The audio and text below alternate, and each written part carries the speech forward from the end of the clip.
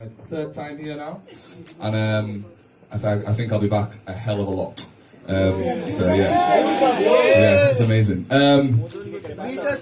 But before I do the workshop, you guys want me to do a little showcase for you guys? Okay. Can you one?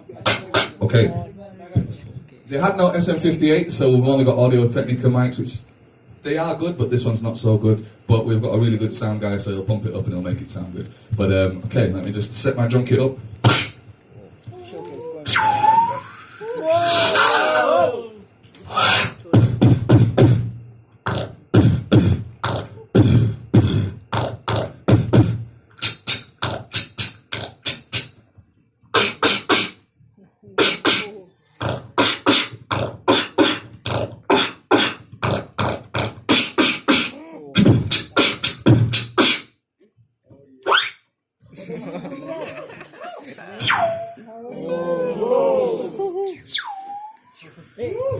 I'll be working on this new thing, I'll just teach you guys quickly. It's still not perfect at all, but with the laser, there's two different types of lasers. I'll talk about this later on. There's the and there's the whistle laser, which you can whistle and pitch. It's hard, it's very hard to pitch. But also, because it's all out, I've learned that I can also go.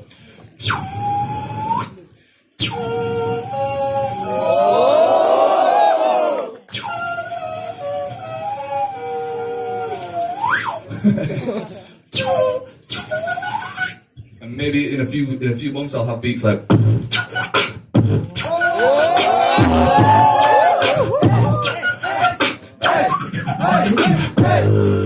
Yeah. Nice. So yeah, let me just start this freestyle off. I'm just gonna do a pure freestyle for you guys with a few classics that you might remember.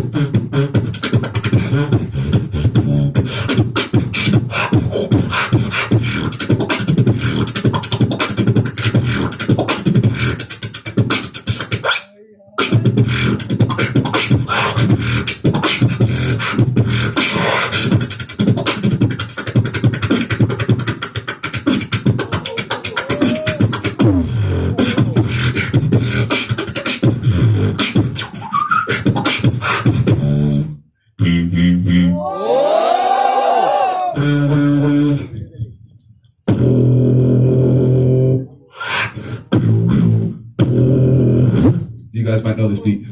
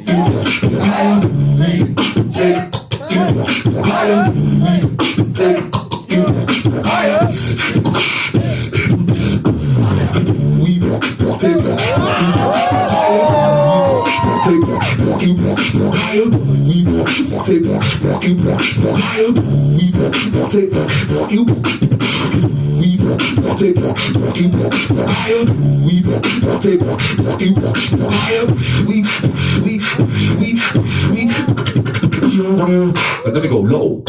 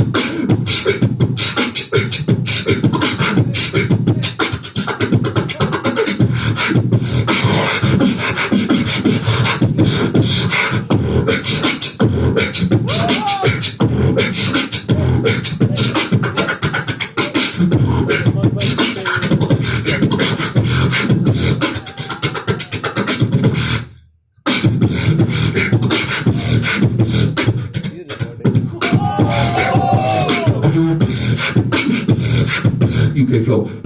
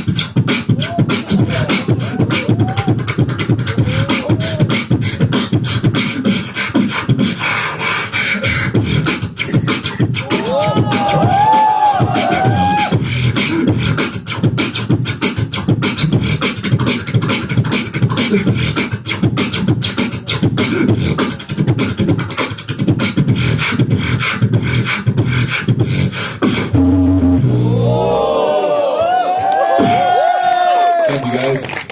Well, freestyle for you guys. Drink water. What do you say, mate? Drink water. Drink water. Ish?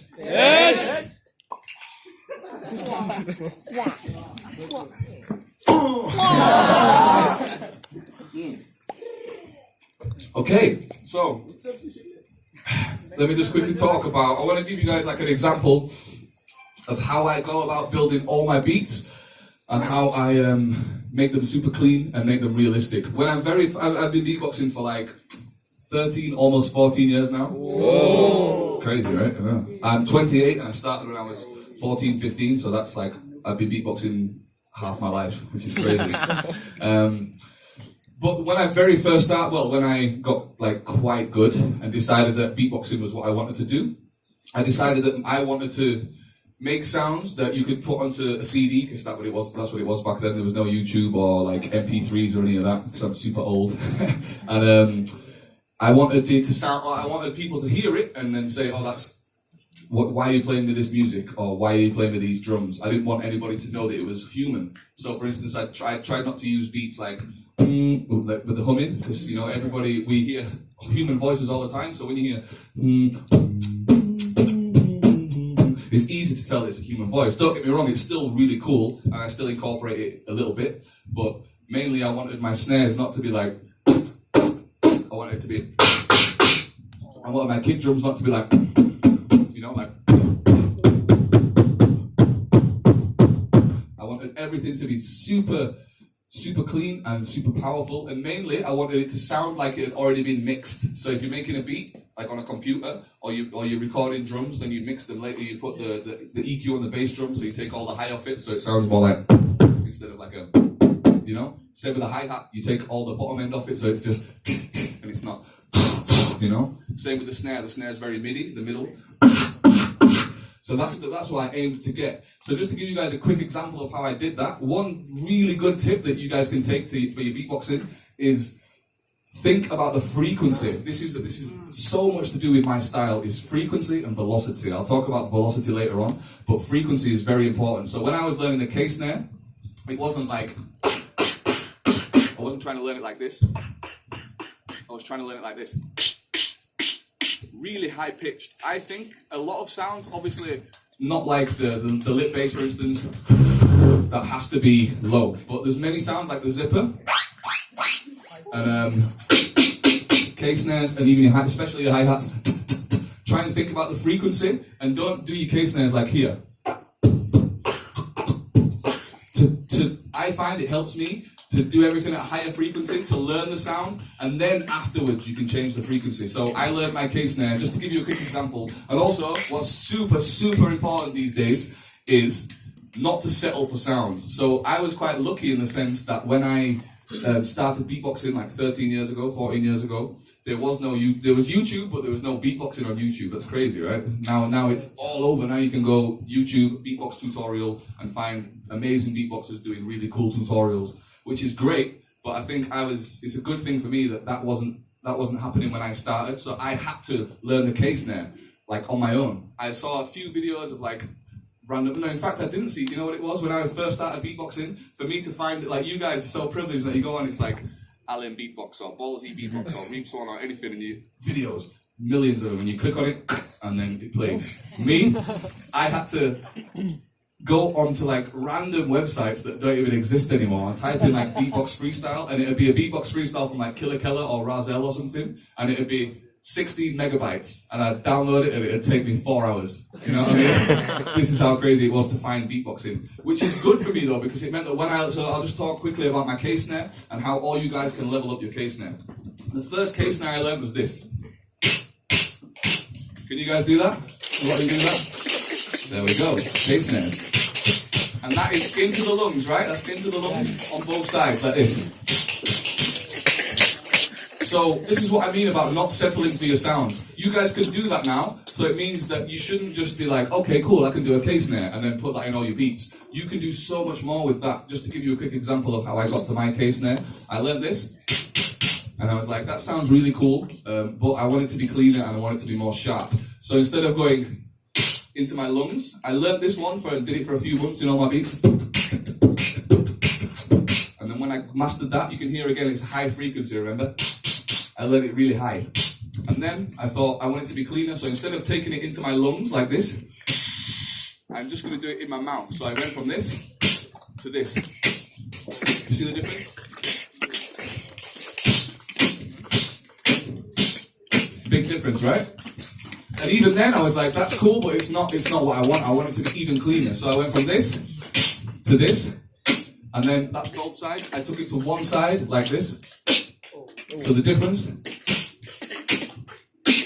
And then when I had mastered that one, I then took it back into the lungs.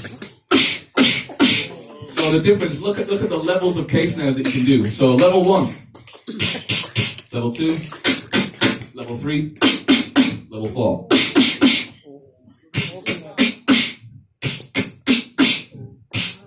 Nope.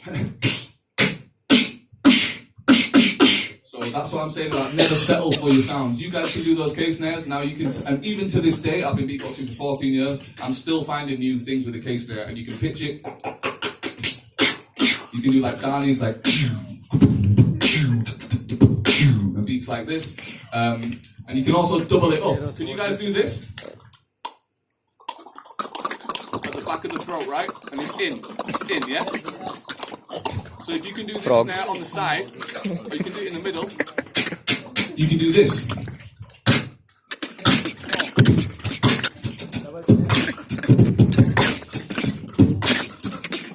And little combinations like that. And that's what I mean about learning things at a high frequency and not settling for the sounds you get. So the K snares, that's the K snare. Is there any questions about the K snare before I move on? I think you guys have got it. You guys, everybody give me a K snare on 3. Just one. 1, 2, 3. Nice delay as well, reverb and everything. So, you know what? All right, yeah, I do want to talk. I just really want to teach you guys like crazy sounds and stuff. But I know that you're all like hardcore. You love beatboxing, right? You're super beatboxers. Yeah. You want to make it into your profession and do things and win battles and this, that, and the other. Yeah. So I think it's important to just talk about this before I get onto the cool sounds. When I build my beats, I build everything around the snare, and what I mean by that is my timing. Everything has always been snare based. So no matter what, if I'm doing a hip hop beat, that never moves unless I do it on purpose, like this.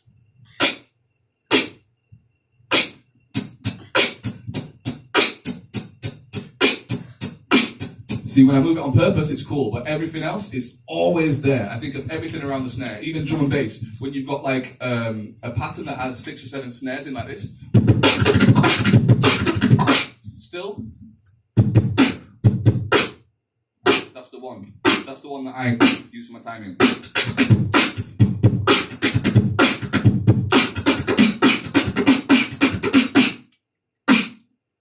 So that's just a good tip for you guys. If you find it, and what's good about that is that if you do go out of time, so for instance, you're not going from the 1, you're going from the 2, because the snare's on the 2, or 3 sometimes. But you can always bring it back if you mess up, for instance.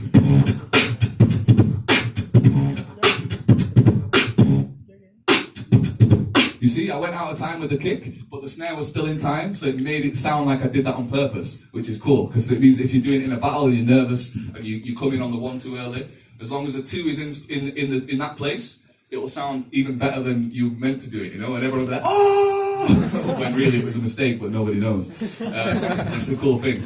And also, what really helped me, and still helps me to this day, is performing with these guys and the other a cappella groups and things like the Beatbox Collective, because when you incorporate a lot of different musical elements, the main thing, 100% for the beatboxer, it does like this. So for instance, this is quite interesting, there's many world-class beatboxers in the world now.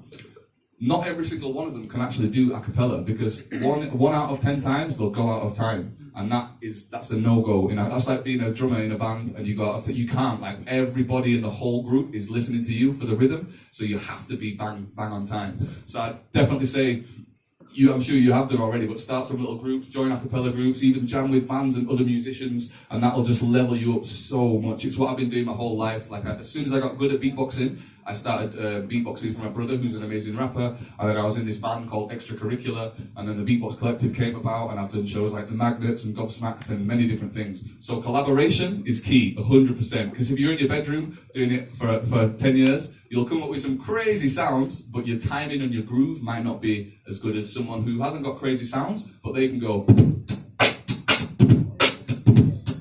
for 10 years straight if they want, you know, which is the most important thing. So keep that in mind. High frequencies, super important for every sound. I'll give you a quick example. I wrote a few things down. Oh, and before I get to combining, to teaching you guys sounds, one thing that leveled me up so much, and this was after I won the UK champs for the first time in 2011, I started putting sounds together, basically. Have you guys done that? I'm sure you have, and if you have, even if you think you haven't, you probably have, you just don't know you're doing it. So for instance, the helicopter that I do, just to give you an example of how combining sounds can just make something that's like quite cool and another thing that's quite cool, and you put them together and it sounds super cool. It has to be the same sort of technique. For instance, like the helicopter I'll show you is the click roll. Can everyone click roll? And I do it into my lungs. It's like what 2H and Kim. That's what all those guys do. It's like that. The outwards one, but it's in and on the side. So this sound is quite cool. It's nothing special. And then this sound, which I don't even know what to call it, I've been doing it, I learned this sound, I made up this sound when I've been beatboxing for not long at all, and it's literally like this. You just suck in, you put your tongue under your top teeth, put your tongue against the back of your bottom teeth, and relax your bottom lip, and suck in. And eventually, and also, put your lips out like this, so not like this, you want to go, see, that's the difference. Yeah, you got it a little bit then already. And it's just consistency, practicing that. But what I'm getting at is putting sounds together. So listen to this. You've got this sound, and you've got this sound. Put them together, you get this.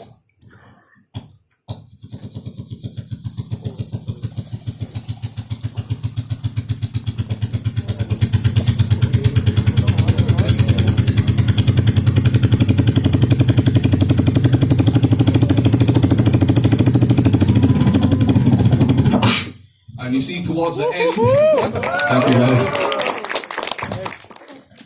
This is what I mean about.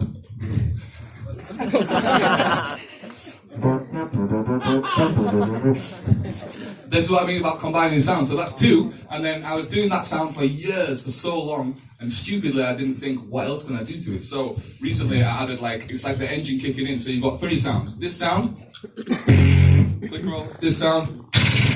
And then literally, because it's all in, I realised I can just go inwards. And you can hear it's like the engine kicking in. Check it.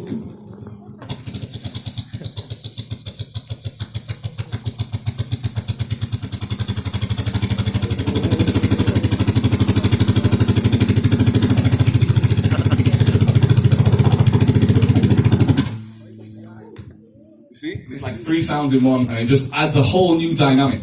Just to give you guys another example, all my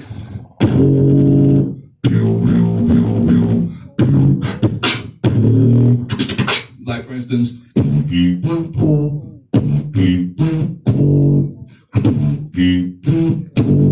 The second and the fourth sound are just lip rolls, but they're vocalized. So I do them in. So I combine this, which is just a really tight lip roll,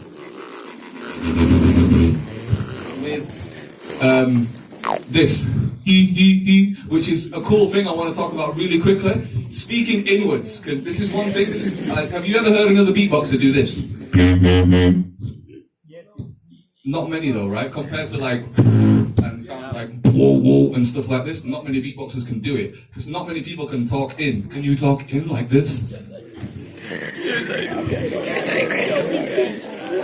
Because when you talk in, basically you can do inwards, and they have to be at the exact same pitch. And you do them together. So look. Oh, that was bad.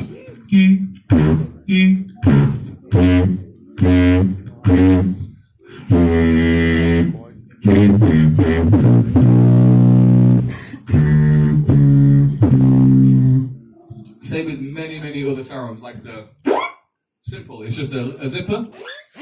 I'm going, and that's not very useful for like musical, but it's cool for stuff like and random sounds like this. Okay, so now that I know we really don't have long, so I'm just like breezing over this. I do really hope to come back. I know that I'll come back to Delhi and do another workshop in the future, in the near future as well, and we can sit down for 2 hours and I'll teach you like the ins and outs of all my styles and everything like that. But now, just really quickly, I'll teach you a few of my special sounds. And again, need to talk about this super quickly. Velocity, super important in my style, and it's super important in music in general. So to give you a demonstration, take you higher with no velocity, and then we go low. Still sounds cool, but listen to when you use velocity. And what I mean by velocity is a drummer, when he uses velocity, is not hitting everything at the same power. Velocity means like how hard and the strength of the sound. So a snare with low velocity, same snare with high velocity. You know what I mean? A hi-hat with low velocity, a hi-hat with hard velocity. You know? So drummers don't go, which still sounds cool, but if you want to add that extra groove to it, you do different velocities on the hi-hats and the kicks.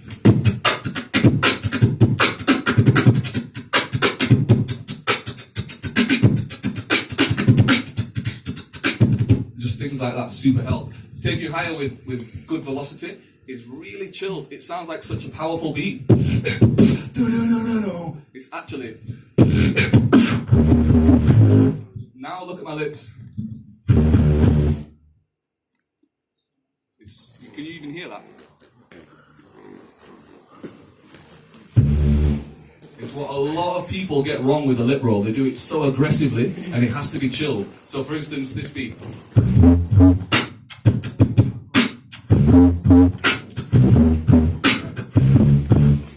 This off mic, you probably won't even be able to hear it.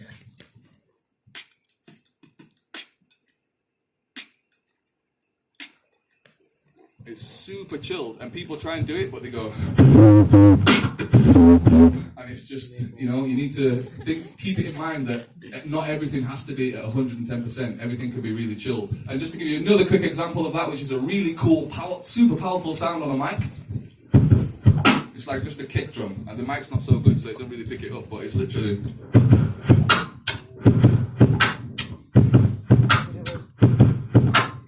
Like an inwards kick, but it's actually a lip roll. But when I do it, it's literally, you won't be able to hear this. Check this one. So like,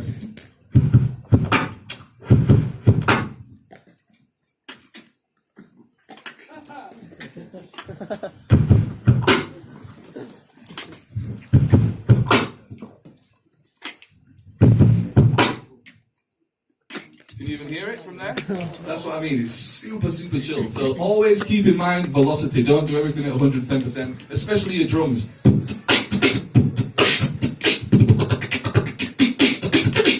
All sorts of like cool different grooves that you can get with it, and that goes for every single sound. Just think about velocity, and yeah. Now super quickly, I'm going to teach you a few sounds. Do you want to learn the laser first? Yeah! Okay, so there's two lasers And really quickly, I'm gonna have to do this super quick. But the laser, see, I can hear it already. See, some of you are almost there. A lot of you are doing it like most people do, and that's like this. No chew, no chew, no CH at all. Everyone thinks it's It's actually two sounds. Talking about combining sounds before. It's one sound that I guarantee everybody in this room, even if they're not a beatboxer, can do, and that's this. And then it's this. So there's definitely, do not chew, because you'll never get it. It's a T followed by underneath the tongue, just to give you guys a really quick workshop. You do, and then it's directly after it. My tongue it comes from underneath. The second sound comes from here. And you see see like the shape? But it's not, again, it's not, it's one motion.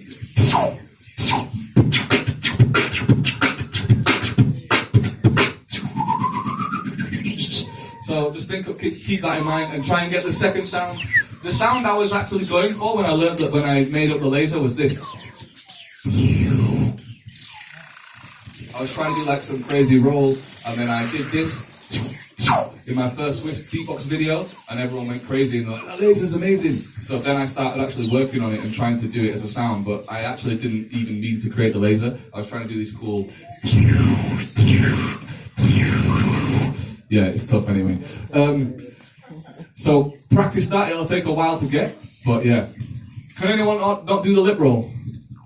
Everyone can do lip rolls nowadays, right? 1, 2, 3. Okay, so that, yeah. But yeah, there's different types of lip rolls, but the lip roll that you have to learn to get is this one. It's nothing, like so many people can do lip rolls now, and it is really cool and it's amazing, but I do find sometimes that they've gone on YouTube, they've seen it and they've replicated it, and they've skipped the necessary steps to get it like a really dynamic and well-rounded sound, which is people just see and then they try to and they get it, but it's not it's not like super clean and tight because they've skipped the steps. Step number 1 is this sound which you're all just doing then. And this is the hardest sound. If you get this, you'll be able to do the lip roll. And the way that I do that one is you put your jaw here, like this, and to the side. And basically what you're trying to do on whichever side you want to do it on, you want to make as much space as possible. So I do it here, so I put my jaw along and down. But not straight away, watch my jaw. See the jaw comes down while you're doing it.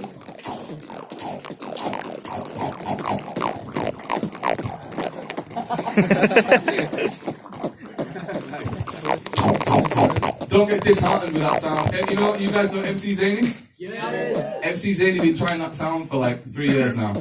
He's not getting there, but one day you will. It's a lot of technique. And one thing to help you guys, when I do it, my tongue is like, if this is my tongue in my mouth, my tongue goes, and I use no breath. You can't use breath to do that sound. If you use breath, it sounds like a lip roll. If you use just the air in your mouth, so you should technically be able to do this.